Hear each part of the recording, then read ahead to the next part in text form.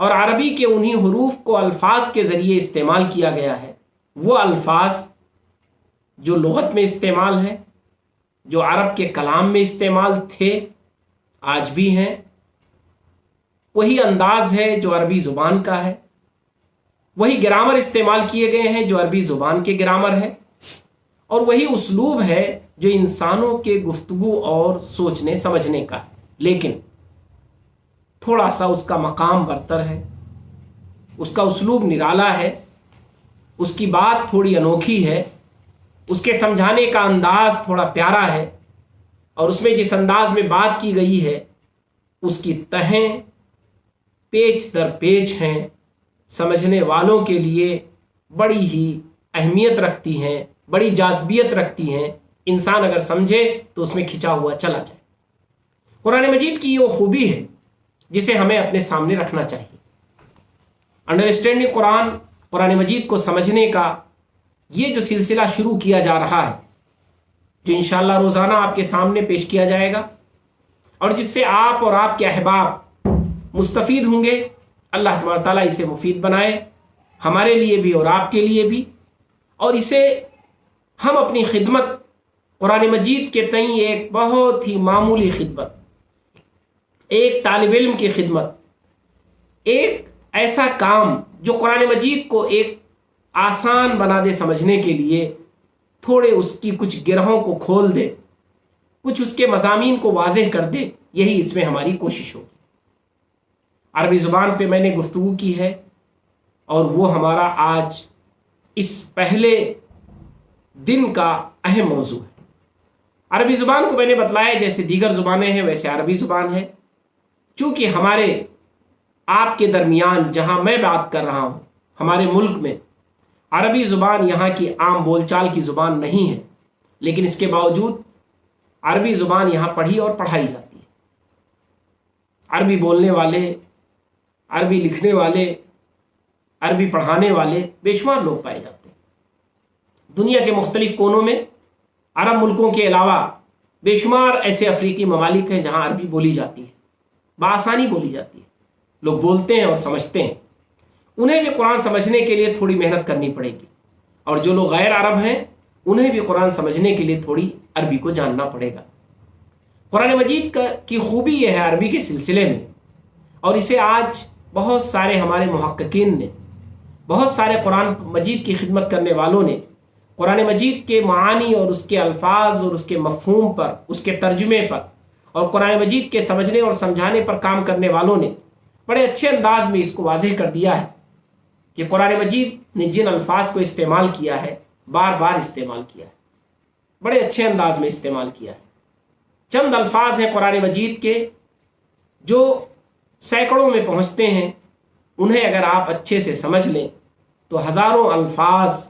وہ آپ کے ذہن میں آ جائیں گے، اور آپ کا انہیں سمجھنا آسان ہوگا۔ قرآن مجید میں گرامر جو ہیں وہ بھی بہت معروف اور مشہور گرامر ہے، انہیں اگر بنیادی طور پر ان کے کچھ حصے کو آپ سمجھ لیں گے تو انشاءاللہ قرآن مجید کو سمجھنا آسان ہو جائے گا۔ اس لیے آپ اپنے ذہنوں سے یہ بات نکال دیجئے کہ آپ کو اپنی زندگی کو بنانے اور سنوارنے کے لیے قرآن مجید کو جتنا سمجھنا ہے اور قرآن مجید کو جتنا جاننا ہے اتنا بڑا آسان ہے۔ قرآن مجید نے بہت صاف کہا ہے، وَلَقَدْ يَسَّرْنَا الْقُرْآنَ لِلذِّكْرِ فَهَلْ مِن مُدَّكِرٍ، کہ ہم نے قرآن کو نصیحت کے لیے بڑا آسان بنایا ہے کوئی اس سے جو نصیحت حاصل کرے؟ تو آئیے آج ہم قرآن مجید کے اس پہلو کو لے کے چلتے ہیں، اور انشاءاللہ دھیرے دھیرے روزانہ ہم یہ جاننے اور سیکھنے کی کوشش کریں گے کہ قرآن مجید کو کیسے بآسانی سیکھا جا سکتا ہے، اور قرآن مجید کے کن پہلوؤں پر غور کرنے کے بعد ہم قرآن مجید کو بہت اچھے سے سیکھ سکتے ہیں۔ قرآن مجید میں عربی زبان کا جو تعلق ہے وہ بہت بنیادی ہے۔ قرآن مجید کو سمجھنے کی یہ پہلی بنیاد ہے، اس لیے عربی زبان کو آپ کو سمجھنے کے لیے تھوڑی محنت کرنی پڑے گی۔ عربی زبان بحیثیت زبان کے نہیں، عربی زبان اتنا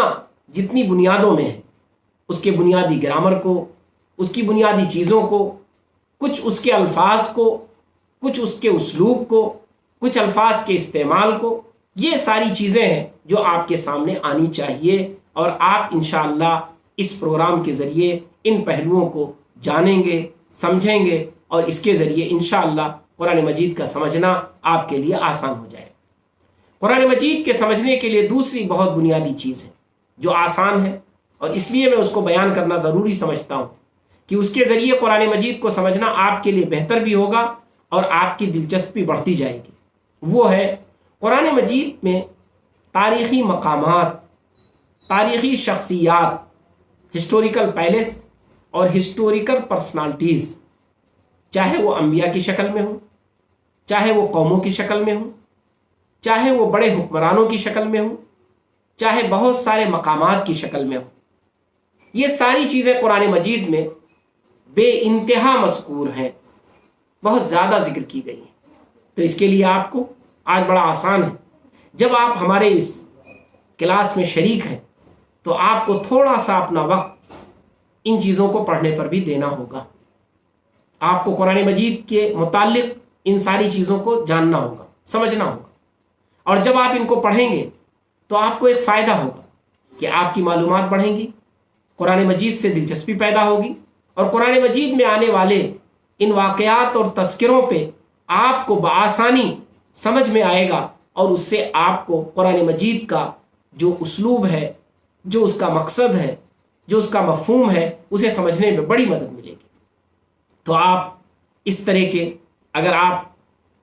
نیٹ کے ذریعے کام کرتے ہوں، اس کے ذریعے پڑھنا چاہتے ہوں، تو تاریخی مقامات جو قرآن سے متعلق ہیں، اور اسی طرح انبیاء کرام کا ذکر، صالحین کا ذکر، بہت سارے ان جگہوں کا ذکر جنہیں قرآن مجید میں کیا گیا ہے، آپ ان کا ضرور مطالعہ شروع کر دیں۔ اور اگر آپ کتابوں کو پڑھتے ہیں، مارکیٹ جاتے ہیں اور کتابیں خرید سکتے ہیں، آپ کے پاس کتابیں آ سکتی ہیں، لائبریریوں کے ذریعے آپ کتابیں لے سکتے ہیں، تو آپ ایسی تمام چیزوں کو اپنے پاس رکھیں، پڑھتے رہیں، انشاءاللہ قرآن مجید اپنے ابتدائی مرحلے سے ہی آپ کو تاریخ کی طرف لے جائے گا۔ مثلا اس کی مثال لیجیے، قرآن مجید کے پہلے پارے کو جب آپ شروع کریں گے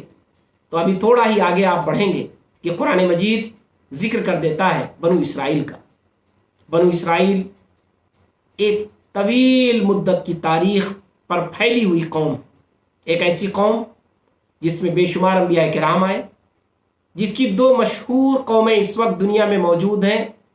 جیوز اور کرسچنز، یہودی اور نصارہ، ایک بڑی تعداد میں دنیا میں موجود ہے۔ انبیاء کرام علیہ السلام کی ایک بڑی تعداد ان میں پیدا ہوئی، اور تاریخ اعتبار سے انہوں نے زمین کے ایک بڑے حصے کو کور کیا، شام کا علاقہ پورا، مصر کا علاقہ، افریقہ کے کچھ ممالک حصے، اور اس کے بعد آپ کا جزیرۃ العرب کا اچھا خاصا علاقہ۔ یہ سب وابستہ ہے بنو اسرائیل کی تاریخ سے، اور سورہ بقرہ میں اس پر گفتگو کی گئی ہے۔ اب اگر آپ ہمارے ساتھ اس پروگرام میں بنو اسرائیل کی تاریخ پڑھ لیں، ان مقامات کو جان لیں، جغرافیہ کے ذریعے، تاریخی حوالوں کے ذریعے، نیٹ کے ذریعے کچھ معلومات اگر آپ کو ان قوموں کے بارے میں، ان علاقوں کے بارے میں اگر ہوں گی، تو آپ کو بڑا آسان ہوگا سورہ بقرہ کو سمجھنا، سورہ بقرہ کو جاننا۔ اسی طرح انسانی زندگی سے متعلق، انسانی حقائق سے متعلق، کائنات کے نظام سے متعلق، اس دنیا کے چلنے اور اس کے آگے پیچھے ہونے سے متعلق، انسانوں کے مزاج اور مزاجوں کی تبدیلی سے متعلق، انسانی خواہشات اور انسانی کامیابی اور ناکامی سے متعلق کچھ چیزیں آپ پڑھ لیں تو آپ کو قرآن مجید کو سمجھنے میں بڑی آسانی ہوگی۔ یہ بات بڑے اچھے انداز میں سمجھنے کی ضرورت ہے کہ قرآن مجید کو بغیر کچھ جانے سمجھے جو لوگ پڑھنا شروع کر دیتے ہیں، انہیں کبھی کبھی یہ دشواری پیش آتی ہے کہ قرآن نے ایک بات جو بڑے اچھے انداز میں کہی ہے اور سمجھائی ہے، لیکن چونکہ وہ اس بات کو اس کے پس منظر میں نہیں سمجھتے ہیں، وہ اسے انسانی زندگی سے جوڑ کر نہیں دیکھتے ہیں، وہ اسے تاریخی حوالوں سے نہیں جانتے ہیں، اس لیے انہیں وہ بڑی عجیب سی لگتی ہے، بڑی دور کی لگتی ہے۔ لیکن اگر وہ تاریخی حوالوں کو جان لے، انسانی زندگی کو جان لے، انسانی خواہشات کو سمجھ لے، انسان کے پرپیچ راستوں کو سمجھ لے، جو کچھ انسان سمجھتا اور دیکھتا ہے، سمجھتا ہے اور سوچتا ہے، اور انسانی آبادی کی کشمکش، انسانی زندگی کی کشمکش کو جان لیں تو انہیں پھر بڑا آسان ہوگا کہ قرآن نے یہ بات کیوں کہی ہے، کیسے کہی ہے۔ آج کی دنیا میں اس کے لیے آپ کو بڑا آسانی کے ساتھ سائنس کا مطالعہ کر لینا آپ کے لیے مفید ہوگا۔ آپ میں سے جو لوگ پڑھے لکھے ہوں، سائنس کو پڑھ سکتے ہو، ان کے لیے سائنس کا مطالعہ بہت اہم ہے۔ ہم اور آپ یہ بات سمجھتے ہیں اور جانتے ہیں، عام طور پر یہ بات سمجھی جاتی ہے کہ سائنس قرآن کے خلاف ہے۔ ایسا نہیں ہے۔ قرآن مجید نے سائنس کے ذریعے سائنس کا مطلب کیا ہے؟ سائنس کا مطلب ہے انسانی زندگی کی حقیقت اور اس کائنات کی حقیقت۔ انسان کیا ہے؟ انسانی زندگی کیا ہے؟ انسان کے اندر کیا ہے؟ انسان کے اندر کی تبدیلی کیسے ہوتی ہے؟ اسی طرح یہ کائنات کیا ہے؟ کائنات کے اندر جو چینجنگ آتی ہے، جو تبدیلی آتی ہے، وہ کیوں آتی ہے؟ کائنات میں جو چھپی ہوئی چیزیں ہیں وہ کیا ہے؟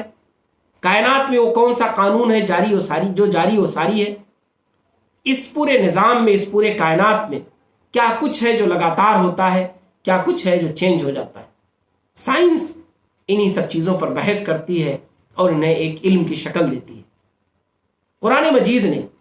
ان سب حوالوں کے ساتھ گفتگو کی ہے اور انسان کی رہنمائی کے لیے ان سب حوالوں کو استعمال کیا ہے۔ اور اللہ تعالیٰ نے جس نے انسان کو بھی بنایا اور اس کائنات کو بنایا، اس نے انسانوں کے بارے میں جو کچھ انکشاف کیا ہے، جو کچھ بتلایا ہے، جو کچھ اس کے اندرون کے بارے میں اللہ تعالیٰ نے سمجھایا ہے، آج سائنس اپنی تحقیق کے ذریعے اسے بتلاتی ہے اور اس سے پردے اٹھاتی ہے۔ اب ایسی صورت میں اگر آپ سائنس کے طالب علم ہیں اور سائنسی حقائق کو جانتے ہیں تو قرآن مجید کی اس گفتگو کو آپ بڑی اہمیت دیں گے اور اس کی اہمیت آپ کے ذہنوں میں بیٹھ جائے گی، اور آپ کو یہ سمجھ میں آئے گا کہ قرآن نے جس حوالے سے یہ بات کی ہے اس حوالے سے گفتگو کرنا کتنا اہم ہے۔ اس لیے میں آج، چونکہ عمومی طور پر سائنس کا دور ہے، سائنسی مزاج ہے لوگوں کا، اس لیے میں یہ بات بہت صاف کہہ رہا ہوں کہ سائنسی حوالوں کو جاننا، سائنس کو پڑھنا، سائنسی بنیادوں پر اس دنیا کا اور انسان کا علم رکھنا، یہ قرآن کو سمجھنے میں بڑا معاون بنے گا اور اس سے قرآن کی اہمیت اس کے سامنے بڑی اجاگر ہو جائے گی۔ تو قرآن مجید کے لیے یہ دو چیزیں میں نے آپ سے آج کہی ہیں کہ آپ ان دو چیزوں پر توجہ دیں۔ ایک کہ آپ عربی زبان پر توجہ دیں، عربی زبان کو جانیں اور سیکھیں، عربی زبان کی بنیادی چیزوں کو جانیں اور سیکھیں، اور اس کے لیے انشاءاللہ اگلے کلاسز میں آپ سے ایسی گفتگو کی جائے گی لگاتار جس کے ذریعے آپ کے لیے عربی کا سیکھنا آسان ہوگا۔ اور دوسری چیز میں نے جو آج بات کہی آپ سے وہ یہ کہ سائنسی حقائق کو اپنے ذہنوں میں رکھیں، اس کائنات سے متعلق معلومات آپ کے ذہن میں رہے، انسانوں سے متعلق، انسانی زندگیوں سے متعلق، قوموں سے متعلق، قوموں کی ترقی اور ان کے زوال سے متعلق معلومات، تاریخی معلومات، واقعات آپ کے ذہن میں رہنا چاہیے۔ اس کے ساتھ جب قرآن مجید کو آپ پڑھیں گے تو انشاءاللہ قرآن مجید کی بات آپ کو بڑی اہم لگے گی۔ اسی کے ساتھ ساتھ قرآن مجید نے ایک بات پر بڑا زور دیا ہے اور وہ بہت اہم بھی ہے۔ قرآن مجید نے بار بار یہ کہا ہے کہ قرآن پر ایمان لا کر اس کو پڑھنا یہ ضروری نہیں ہے۔ قرآن سے فائدے کے لیے ایسا نہیں ہے کہ پہلے آپ اسے صحیح تسلیم کر لیں پھر آپ قرآن پڑھیں تب آپ کو فائدہ ہوگا، نہیں۔ لیکن قرآن نے یہ ضرور کہا ہے